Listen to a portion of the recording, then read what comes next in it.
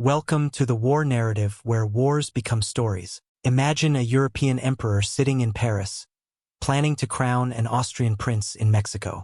Sounds crazy, like the beginning of a dark comedy about politics. But in the mid-1800s, it was very serious. The conflict we call the Franco Mexican War was a mix of empire building, money fights, and clashing ideas. Yet for most people outside Mexico, it stays hidden by bigger wars of that time. Today, echoes of this war live on in surprising places, most famously in the yearly celebration of Cinco de Mayo, often misunderstood as Mexican Independence Day. But before we reach that battlefield, we must go back in time to understand how such a strange war could even begin.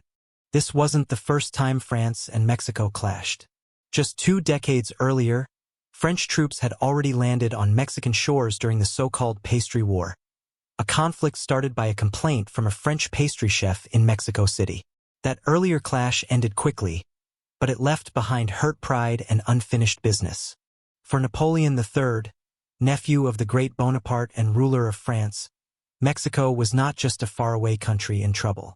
It was a tempting stage on which to show imperial power, to bring back the glory of France, and perhaps to reshape the balance of empires across the Atlantic. On the surface, the reason was simple: unpaid debts. Mexico had borrowed heavily from European powers, and repayment seemed unlikely in a country battered by civil war. Britain, Spain, and France all had real complaints. But Napoleon saw opportunity where others saw just accounting problems. His goals went far beyond getting paid back. He dreamed of putting a European monarch in the Americas, creating a Catholic Latin empire that could balance out the growing power of the Protestant United States. And so, in the early 1860s, as the United States bled in its own civil war, French ships set sail for Veracruz.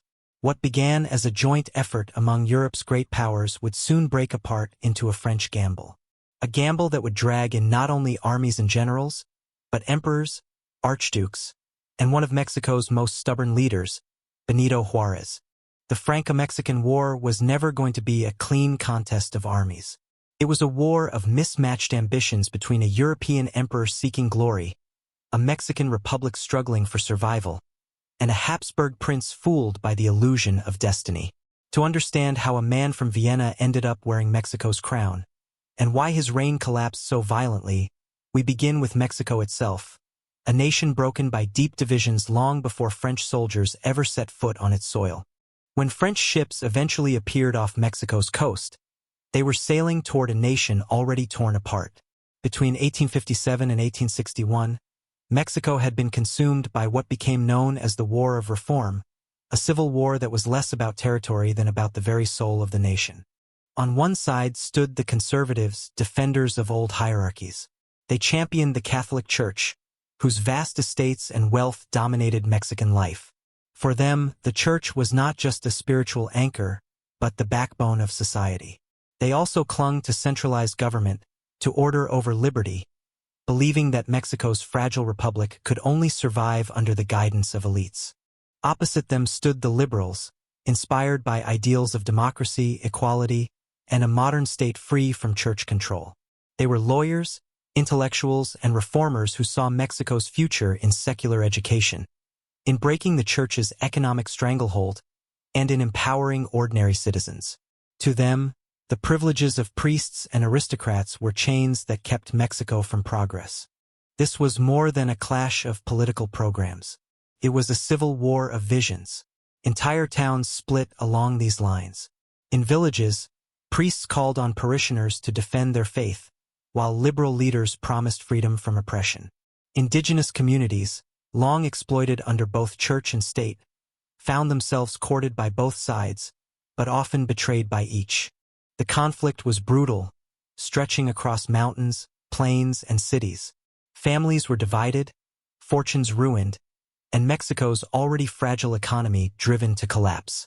By 1861, after 4 years of bloody struggle, it was the liberals under Benito Juárez who emerged victorious. Juárez, a Zapotec from Oaxaca who rose from poverty to the presidency, embodied the liberal ideal of merit over privilege.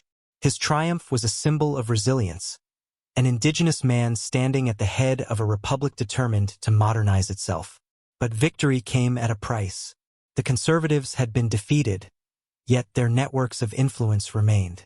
The church seethed at its losses, and Mexico's treasury was empty, drained by years of war. In theory, Juárez had restored peace. In reality, he inherited a country scarred, suspicious, and vulnerable. A nation where the embers of civil conflict still glowed beneath the surface, ready to ignite once more. By the time Benito Juárez stood triumphant in 1861, the battlefield had fallen quiet.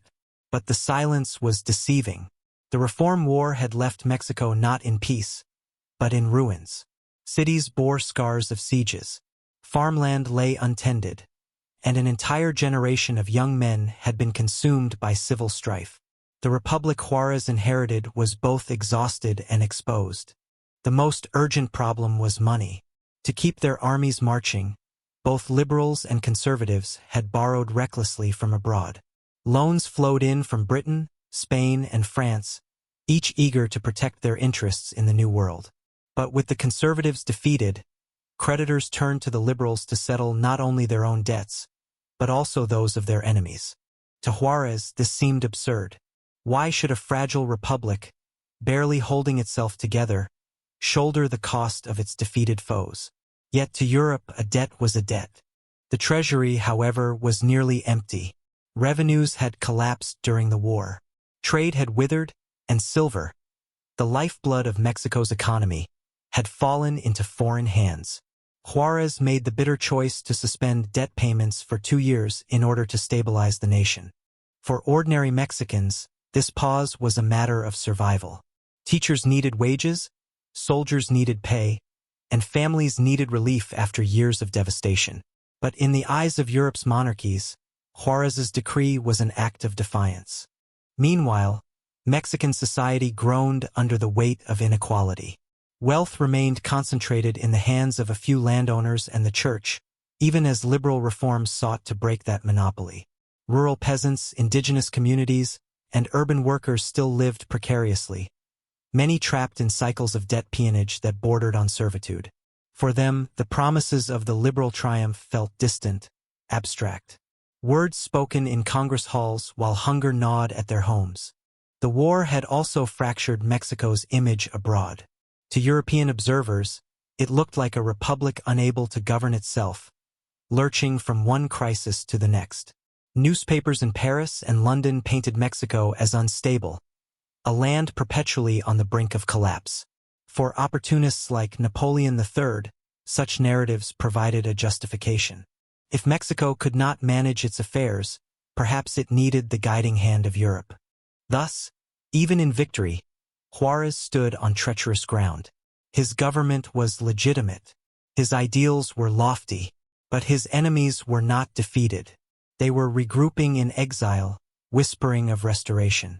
And across the Atlantic, powerful nations were watching, calculating, and preparing to act. When Juárez announced the suspension of debt payments in 1861, the echo carried far across the Atlantic. In Europe's courts and ministries, the decree was not heard as a practical measure of survival. It was read as provocation. To monarchs and ministers, Mexico was a debtor refusing to honor obligations. To bankers, it was a dangerous precedent. And to Napoleon III, it was an opening. Within months, Britain, Spain, and France formed an unlikely alliance. Officially, their purpose was modest: compel repayment and protect their citizens abroad. In reality, each had its own designs. Britain's merchants demanded protection for trade routes and investments. Spain, nostalgic for its lost empire, saw an opportunity to reassert influence in its former colony. And France, under Napoleon III, carried ambitions far larger than balance sheets.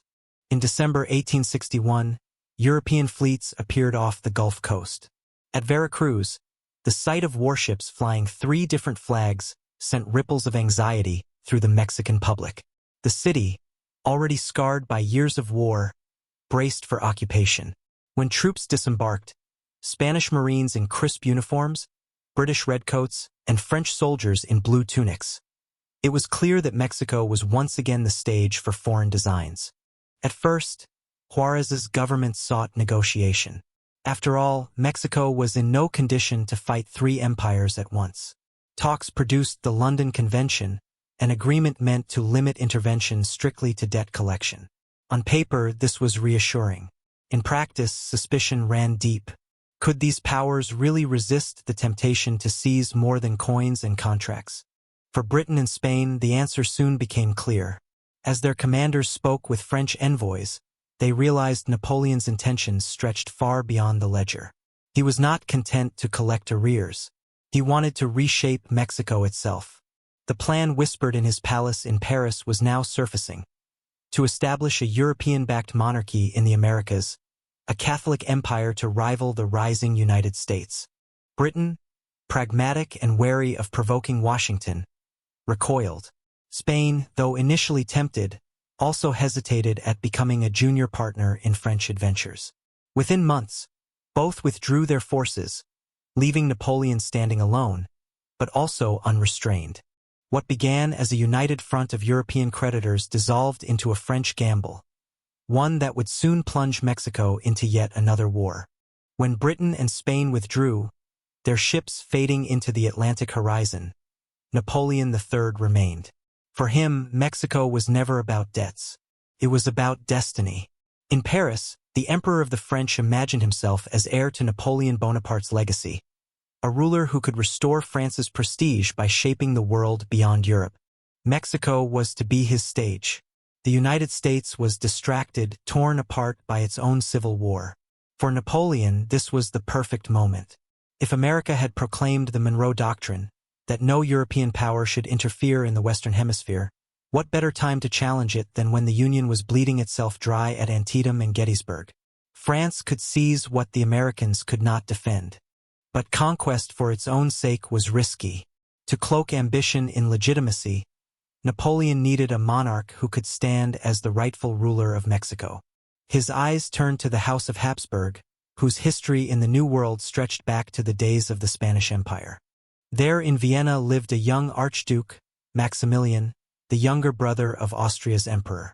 Maximilian was a romantic, tall, elegant, and cultured. He had been raised in palaces but carried an almost naive fascination with ideas of liberal reform and chivalric duty. He dreamed of being more than a spare prince in Vienna's gilded halls. To Mexican monarchists, defeated conservatives who longed for stability under a crown, Maximilian looked like salvation. To Napoleon, he looked like the perfect puppet emperor. Yet there was irony in the choice. Maximilian's ideals, his belief in limited work hours, abolition of peonage and social reform, were far closer to Juárez's liberal program than to the conservative faction inviting him. But that contradiction would come later. For now, the stage was being set. Napoleon's agents promised Maximilian that Mexico longed for him, that its people desired a monarch, that a throne awaited if only he had the courage to claim it. Reports were embellished, petitions exaggerated, elections forged. The reality that much of Mexico remained staunchly Republican was quietly ignored. In 1862, while Napoleon whispered promises into Maximilian's ear, French troops were already advancing inland. Veracruz had fallen. Roads to the capital lay open. Yet Mexico, fractured and weary as it was, would not simply bow. Napoleon's hidden agenda was about to collide with the grit of a people who refused to be ruled from afar. On a misty December morning in 1861, sails appeared on the horizon off the coast of Veracruz. As dawn broke, the people of the old port city watched three European flags ripple in the sea wind: Spain, Britain, and France. The coalition had arrived. The landing was swift and met with little resistance. Veracruz, weary from years of conflict, could not muster the strength to defy them. Around 6,000 European troops disembarked: Spanish Marines, disciplined British redcoats, and French soldiers in their dark blue tunics and red trousers. On the Mexican side, barely 3,000 men could be gathered, and their weapons were a mismatched collection of muskets, old cannons, and rifles scavenged from civil war. Outnumbered and outgunned, they fell back rather than risk destruction. As the Europeans advanced inland, they captured 3 towns with ease. To outside observers, it seemed Mexico would crumble quickly. Reports sent back to Europe described a disorganized republic, its soldiers ill-fed, and its officers demoralized. Napoleon's ministers were confident. Mexico could be seized with minimal bloodshed, and Maximilian's throne prepared. Yet beneath this surface of easy conquest lay a different reality. Veracruz was not the whole of Mexico. Behind the hills and plains, resistance was forming, built not only on the strength of armies, but on pride and defiance. The Mexican people, still scarred by the Reform War, were determined not to exchange domestic turmoil for foreign subjugation. In early 1862, reinforcements from France arrived, this time with a different purpose. The pretense of mere debt collection began to peel away. A new French commander, General Charles de Lorenzes, took charge. His orders were not to negotiate but to conquer. Veracruz was only the first step. From there, the French eyed Puebla, and beyond it, the beating heart of Mexico City. At first, the European alliance appeared united, their banners fluttering side by side as troops marched inland. But behind the facade of cooperation, cracks were already forming. Britain and Spain had come to Mexico for a simple purpose: recover debts, protect their citizens, and leave. France, however, had no intention of leaving. As the weeks passed, it became clear to the British and Spanish commanders that Napoleon III's ambitions reached far beyond the agreements made in London. French officers spoke less about repayment and more about reorganizing Mexico's government. Rumors circulated that Paris intended to place a European prince on the throne. What was meant to be a limited intervention was becoming something far more dangerous: a colonial project in the Americas. Britain recoiled first. London had no appetite for an entanglement that might provoke the United States. Though still locked in its own civil war, America had never wavered in its defense of the Monroe Doctrine, which declared the Western Hemisphere off-limits to European empires. To challenge it openly was to risk confrontation once the Union reemerged from its struggle. For Britain, Mexico was not worth a quarrel with Washington. Spain, too, realized the futility. Madrid had entertained dreams of reclaiming some influence in its former colony, but playing junior partner to France in a reckless imperial venture did not appeal. Spanish troops began preparing their departure. By spring of 1862, both Spain and Britain had signed their exit papers and set sail for home. And so, on Mexican soil, only one flag remained.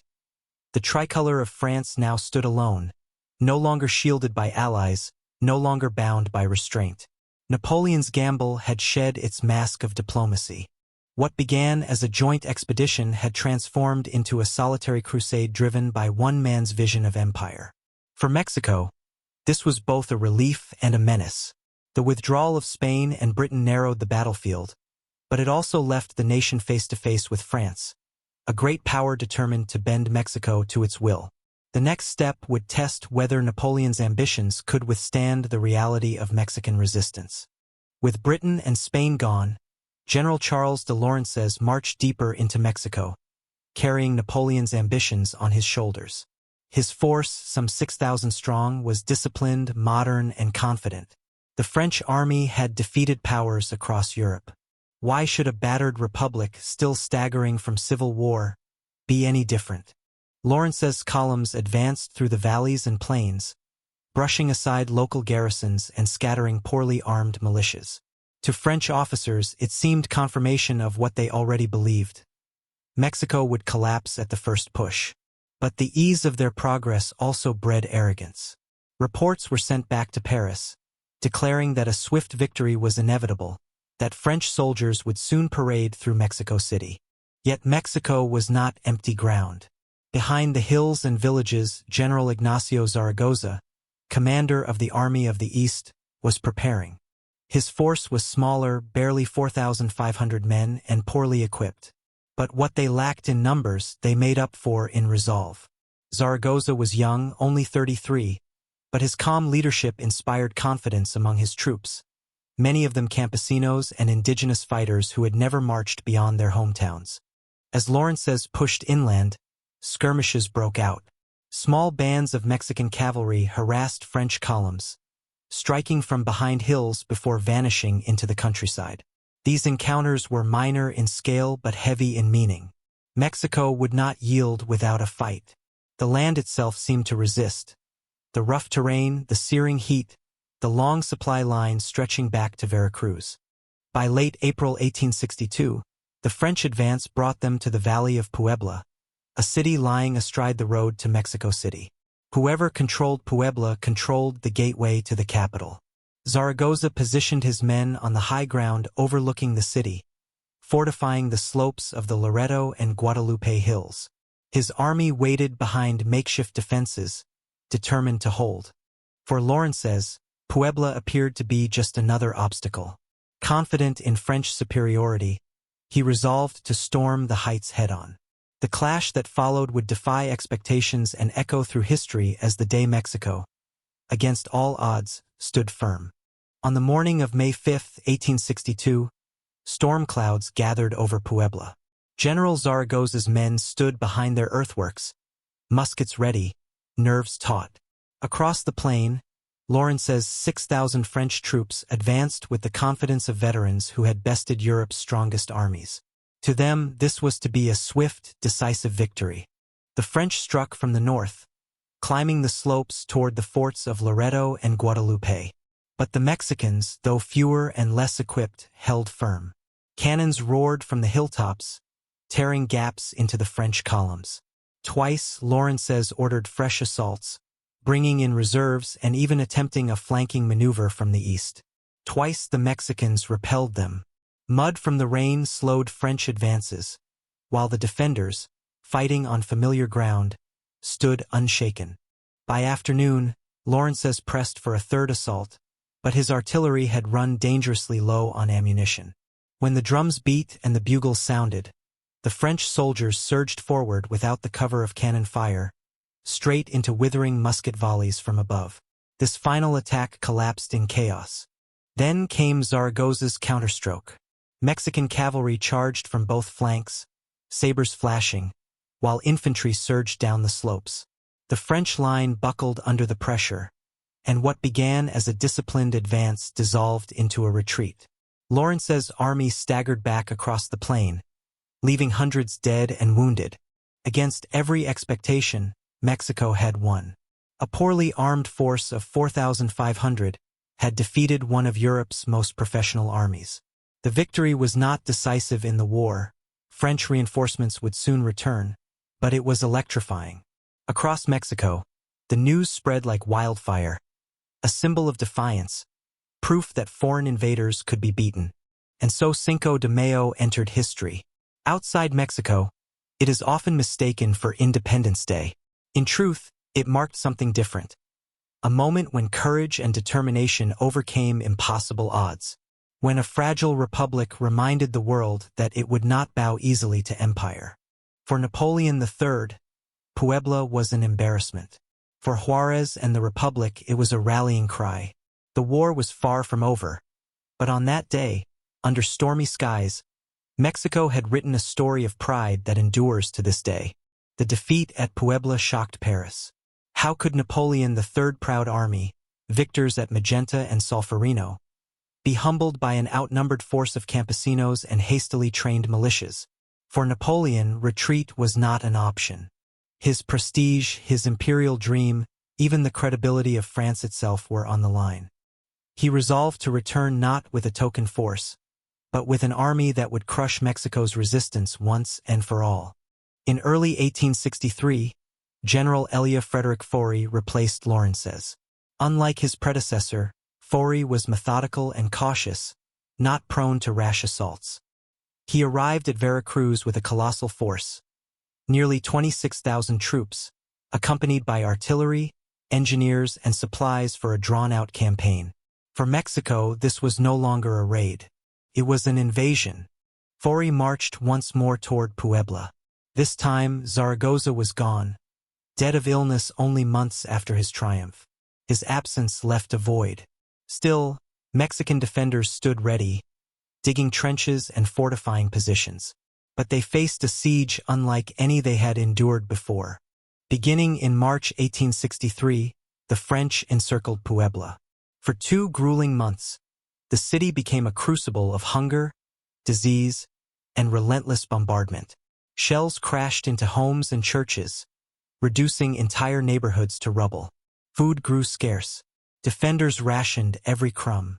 Women and children carried water under fire, while priests blessed the fallen in makeshift chapels among the ruins.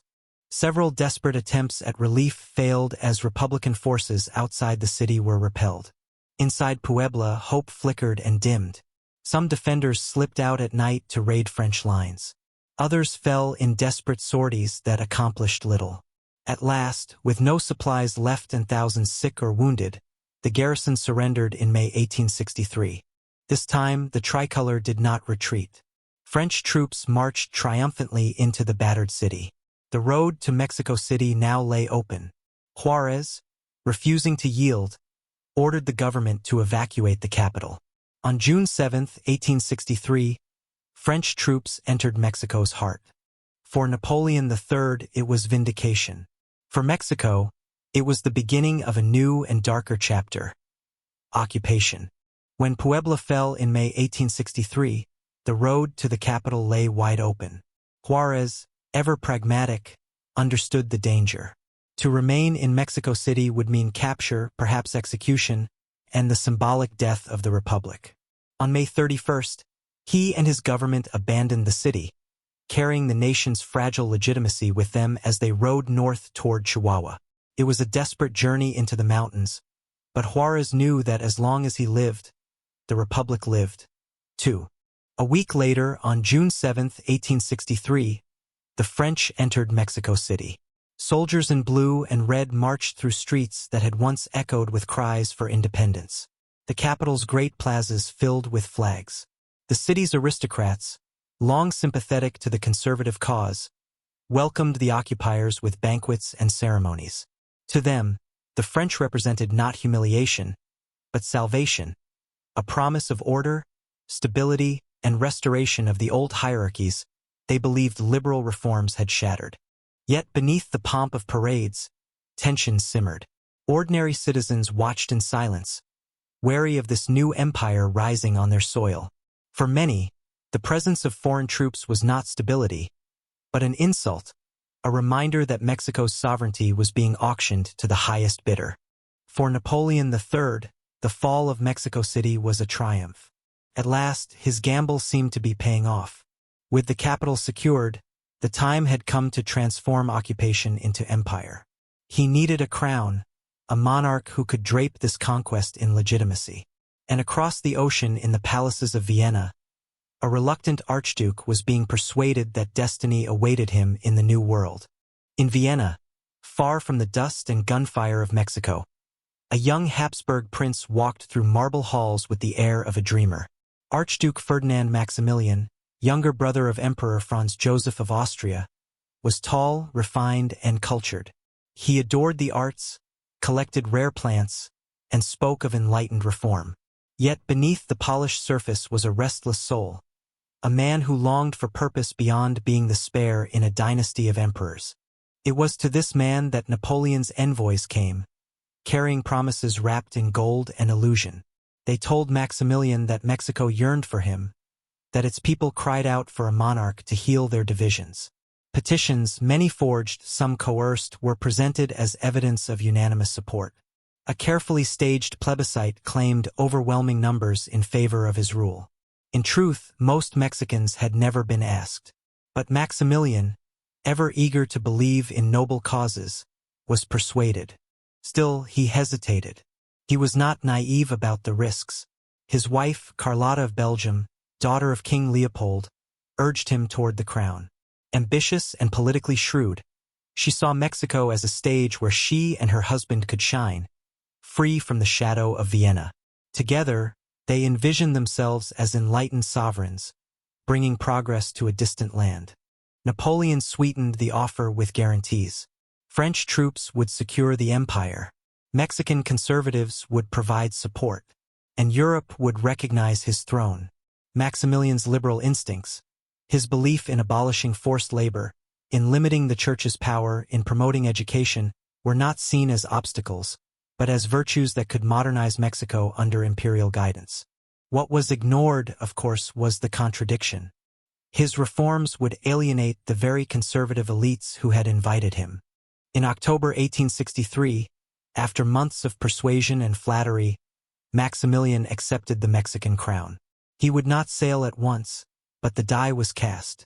The son of Europe's most storied dynasty would cross the ocean to rule a nation that had not asked for him, enthroned by foreign bayonets.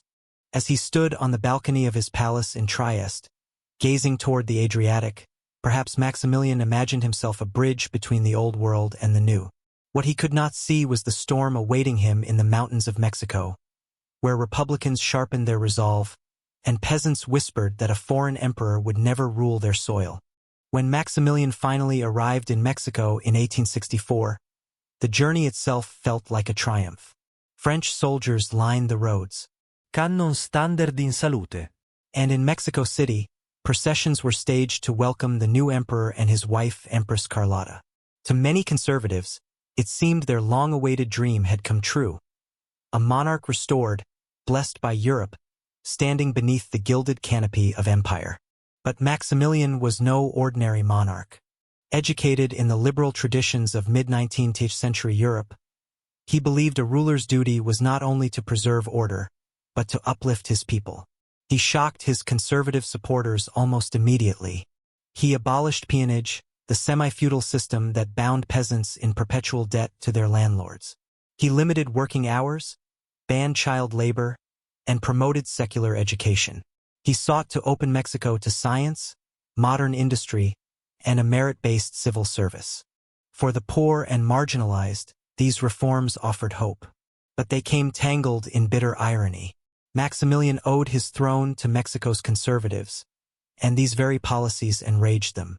The wealthy landowners, the clergy, and the old aristocracy felt betrayed.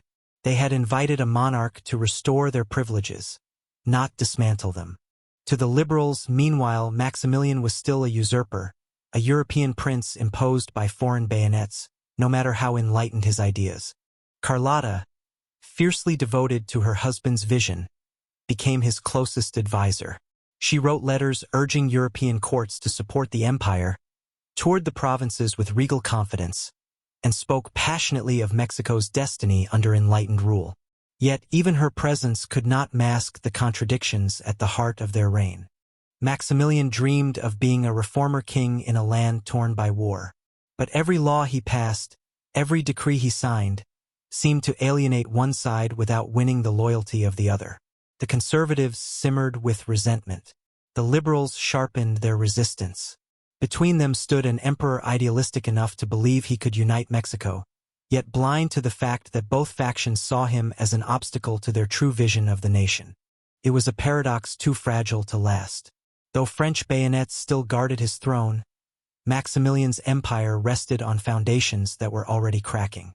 The next years would reveal just how quickly ideals could collapse under the weight of politics, betrayal, and war. At first, the empire seemed to stand on firm ground. With French bayonets and disciplined European officers, Maximilian's regime expanded across Mexico. Imperial and French forces captured key strongholds in the west, securing Sinaloa and Jalisco, and raised the emperor's banner over cities once loyal to the Republic. To foreign observers, it looked as if Mexico was stabilizing under its new crown. Maximilian rode at the head of parades, Carlotta by his side, presenting themselves as benevolent sovereigns.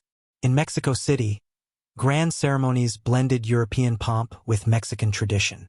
Courtiers proclaimed a new golden age, and French newspapers carried flattering accounts of the Habsburg prince civilizing a chaotic land. For Napoleon III, it was vindication, proof that his gamble was working. But away from the plazas and palaces, the empire's victories were fragile. Beyond the cities, in mountains and villages, the Republican resistance never died. Juárez and his government, still in Chihuahua, issued proclamations denouncing the foreign throne. Guerrilla fighters harassed French supply lines, ambushed convoys, and melted back into the rugged countryside. Entire communities, though too weak to face imperial troops in open battle, gave food and shelter to these partisans, sustaining the fight. The empire's expansion revealed another contradiction. Wherever Maximilian's progressive reforms touched, abolition of peonage, limits on forced labor, they stirred unrest among his conservative backers. Landowners and clergy grumbled that the emperor was undermining the very foundations of order. The peasants welcomed the decrees but distrusted the foreign monarch who signed them. Maximilian found himself in a lonely position, too liberal for the reactionaries who had invited him, too monarchist for the republicans who resisted him. Yet through 1865, the French army's discipline and firepower kept the empire intact. In Europe, Napoleon's prestige seemed secure. In Mexico, Maximilian convinced himself that time would heal divisions, that Mexicans would one day embrace him not as a foreign imposition, but as their rightful sovereign. But history was moving swiftly. Across the northern border, the great American Civil War was grinding to its bloody conclusion. And once that storm ended, the winds would turn against Maximilian's fragile empire with devastating force. While French troops marched through Mexico's valleys and Maximilian held court in Chapultepec Castle, the northern horizon burned with another war. From 1861 to 1865, the United States was consumed by its own civil war, the bloodiest conflict in its history. For Napoleon III, that chaos was a gift. The United States, distracted and fractured, could not enforce the Monroe Doctrine, its long-standing warning that no European empire should meddle in the Americas. But in April 1865, the guns of the American Civil War finally fell silent.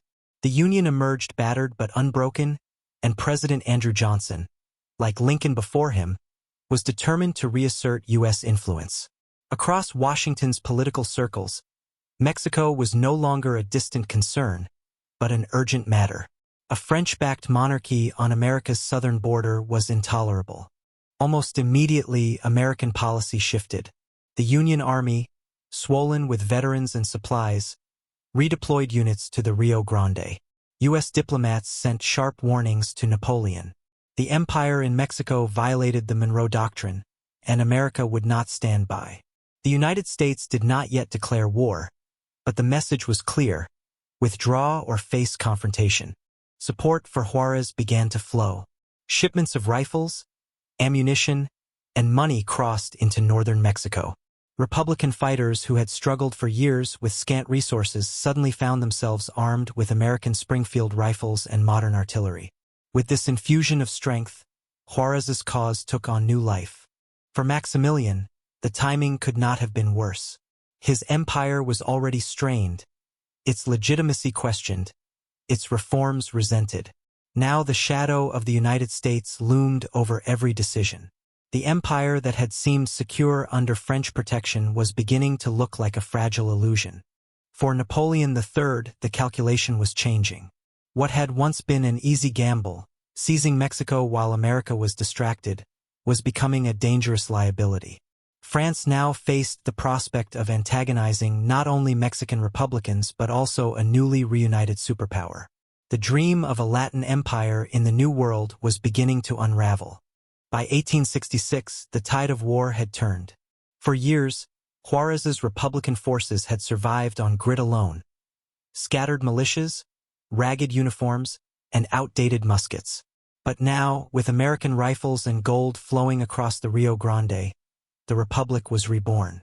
Veterans of the Union Army trained Mexican soldiers, while caravans of supplies fueled the resistance. What had once been a desperate struggle became a coordinated counteroffensive. Republican armies moved swiftly, reclaiming towns and provinces that had seemed lost to the empire. Cities in the north rose again under the tricolor of the Republic, and guerrilla bands across the countryside intensified their strikes. French patrols found themselves ambushed on mountain roads, convoys disappearing into flames, outposts overrun in the night. Morale shifted. The French soldiers, weary from years of occupation, began to sense the futility of their mission. Maximilian's imperial troops, Mexican conservatives who had once dreamed of restoring their old privileges, now faced a resurgent enemy backed by American might. Victory, once certain, now slipped through their fingers like sand. In Europe, the pressure mounted on Napoleon III. The United States stood firm, demanding French withdrawal.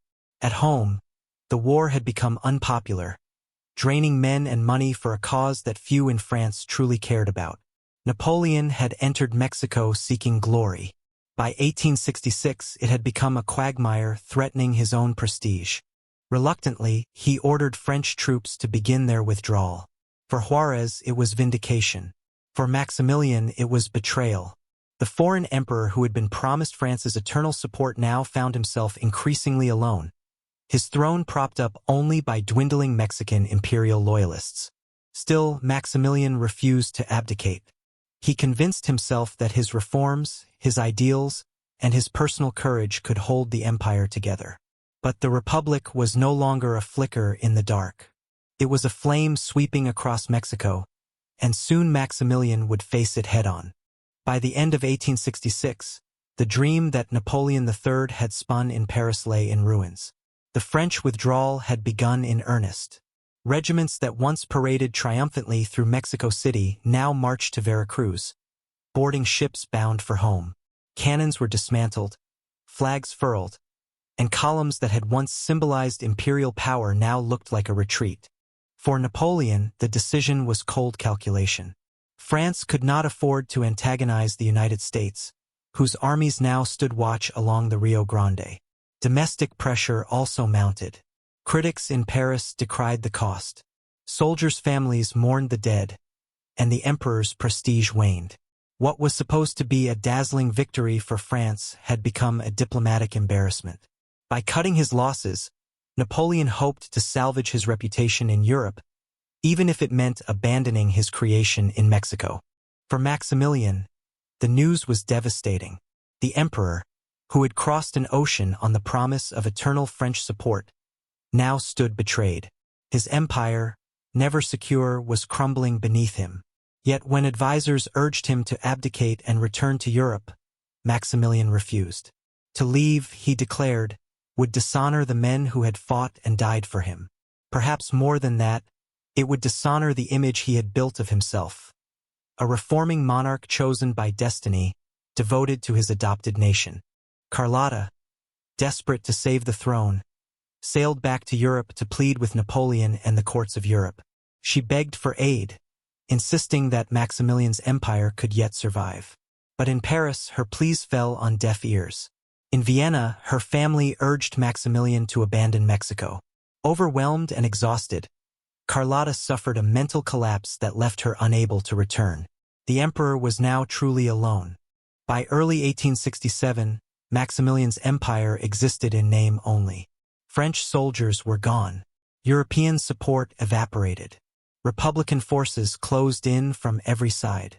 Yet Maximilian, stubborn and romantic to the end, resolved to fight on. He retreated to the city of Querétaro, gathering the remnants of his loyalists, preparing to make his final stand. In the spring of 1867, the city of Querétaro became the last refuge of a crumbling empire. Behind its walls, Maximilian gathered the remnants of his loyalists. A few thousand imperial Mexican troops, some conservative officers, and the ghost of an empire that had once stretched from Veracruz to Jalisco.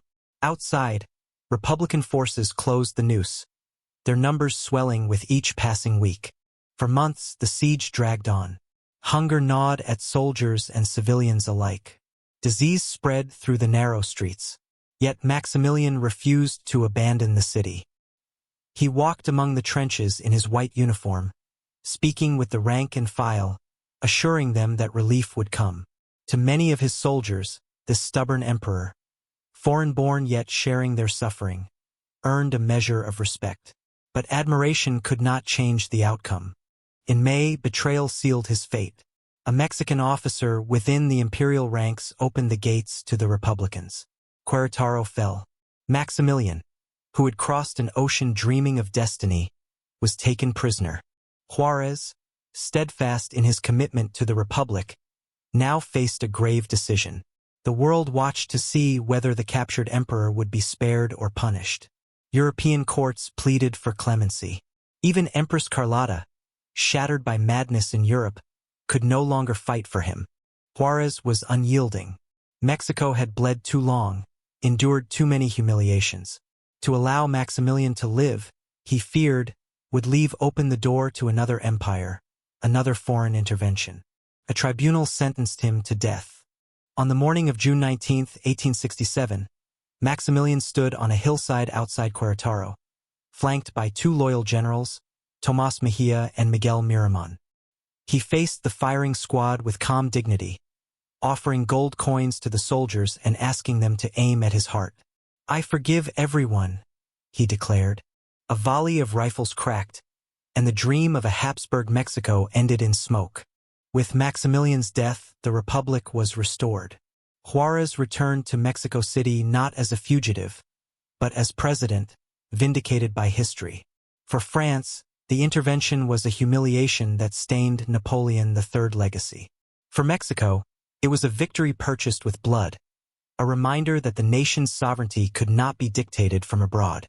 Thus ended one of the strangest wars of the 19th century, a collision of empires and republics, of ideals and illusions, of ambition and resistance. From it emerged a Mexico scarred yet unbroken, and an emperor remembered not as a conqueror, but as a tragic figure who chased destiny across the sea, only to meet his end before a Mexican firing squad.